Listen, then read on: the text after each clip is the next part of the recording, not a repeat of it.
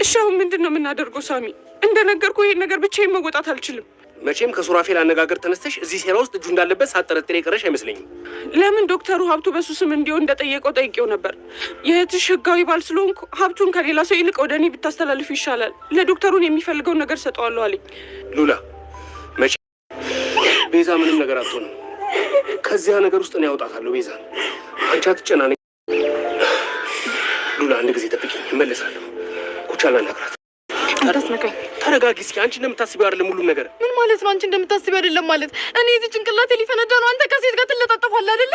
ኩቻ ምን ሆነሻል? አለብኝ ይሄንን የማይረባ ነገር የማስተናገድ አቅም የለኝም። ምን ነው? እንዳታስብ። አንተን የእሱ አፈንታ ነው የሚደርሰው።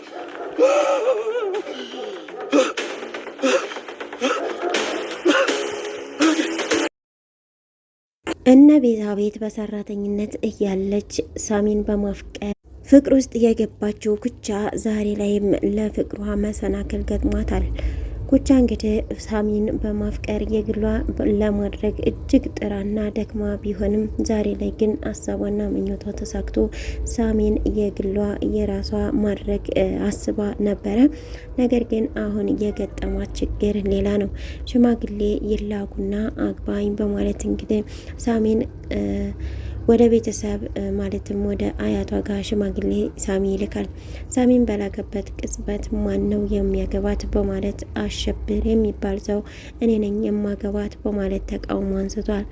ሰላም ጤና ይስጥልኝ ውድና የተከበራችሁ ተመልካቾቼ እንዴት አላችሁ? እግዚአብሔር ይመስገን እኔ በጣም ደህና ነኝ። በያላችሁበት ሰላማችሁ ይብዛ እያልኩ ለዚህ ቻናል አዲስ ከሆናችሁ ሰብስክራይብ፣ ላይክ፣ ሼር ማድረጋችሁን አትርሱ። ቪዲዮውን ስትጀምሩ ላይክ አድርጉልኝ። ስለምታበረታቱኝም እጅግ በጣም አመሰግናለሁ። ዛሬ ደግሞ ቤዛ ድራማ ክፍል 69ን ይዤላችሁ መጥቻለሁ። እስከ ቪዲዮ ፍጻሜ ድረስ አብራችሁ ይቆዩ። እንግዲህ ኩቻ ቀለበት ማረጓ ይታወቃል። በዚህም የተነሳ ሽማግሌ ላክና በቃ እንጋባ በማለት ሳሚን ጠይቃ ሳሚን በሀሳቧ ተስማምቶ ሽማግሌ ወደ አያቷ ጋር ልኮ ነበረ። የገጠማቸው ነገር ግን እጅግ የሚከብድ ነገር ነው። ምክንያቱም አሸብር የሚባል ማንንም የማይፈራ እዚህም መጥቶ ሊወስደኝ ይችላል። ስለዚህ እኔ ተጠፋሁበት ደግሞ አያቴ ሊጎዳብኝ ይችላል። ስለዚህም አንድ ነገር ማድረግ አለብን በማለት ወደ ሳሚ ጋር ስትሮጥ አመልጣ መታለች። ሳሚም እንግዲህ የቤዛ ነገር እጅግ ግራ አጋብቶታል። ምክንያቱም ቤዛ በኮማ ውስጥ ነው የምትገኘው፣ እንዲሁም ደግሞ ጠፍታለች። የት ነው ያለችው የሚለው ነገር አስጨንቆታል። ሉላም የምታማክረው ቢጠፋባት ወደ ሳሚ በመሄድ አንተን ግን ላምንህ እችላለሁ አይደል በማለት ያለውን ነገር እንዲሁም ደግሞ ሱራፌል የደበቀውን ነገር በሙሉ እያመጣች እየነገረችው ነው። አይዞሽ ቤዛን እኔ አድናታለሁ እያላትም ይገኛል። ሳሚ ስለ ቤዛ እያሰበ ኩቻ ግን ስለ ህይወቷ እያሳሰባት ነው።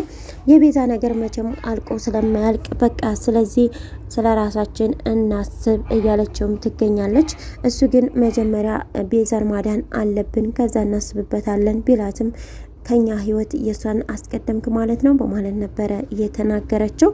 ሳሚ አሁን ላይ ከመቼውም በላይ ግራ ተጋብቶ ይገኛል። አንደኛ በዚህ በህይወቱ፣ ሁለተኛ ደግሞ በቤዛ ነገር ግራ እየተጋባ ይገኛል። ሱራፌልም የሀሳቡና የሚፈልገው ነገር ሊብራራ አልቻለም። ምክንያቱም አንዴ ሰው አንዴ ወሬ ይሆናል። አንዴ ስለ ቤዛ ይጨነቃል፣ አንድ ጊዜ ደግሞ ስለ ገንዘብ ያወራል። አሁን ላይ በዛ ላይ ደግሞ ሚስጥር መደበቅም ይፈልጋል። ለምንድን ነው ይህንን ሊያደርግ የቻለው የሚለው ሁላችንም እንግዲህ ግራ አጋብቷል። የሱራፌል ልብን ልናገኘው አልቻልንም። ሱራፌል አሁን ላይ ገንዘቡን በራሱ ሊያደርግ ፈልጓል።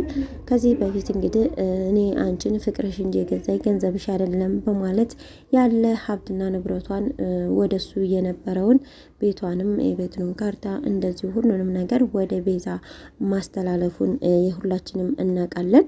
የቤዛ እህት ግን ሉላ አሁን ስለመጣች ገንዘቡን እኔ እንዳንቀሳቀስ ወደ እኔ ሁሉንም ነገር ማስተላለፍ አለብሽ እያላት ይገኛል። ይህን ደግሞ ሰው እንዲያውቅበት አይፈልግም። ምናልባት ለቤዛ ያለው ፍቅር አሁንም ቀዝቅዞ ይሆን ወይንስ ደግሞ ገንዘቧ እንዳይባክን እሱ ሊይዘው ይሆን? ይህን እቅድ ያመጣው እንግዲህ ወደፊት የሚያስበውንና የሚያልመውን እንዲሁም የሚፈጸመውን አብረን የምናይ ነው የሚሆነው። ዶክተሩም እንግዲህ የቤዛን ህይወት ለማጥፋት እጅግ እየጣረና እየለፋ ይገኛል። እንዲሁም ከሱራፌል ጋር አብረን እንስራ የሚልንም ሀሳብ አጋርቶታል። ሱራፌልም ምንድን ነው የምታስበው ግን አንተ?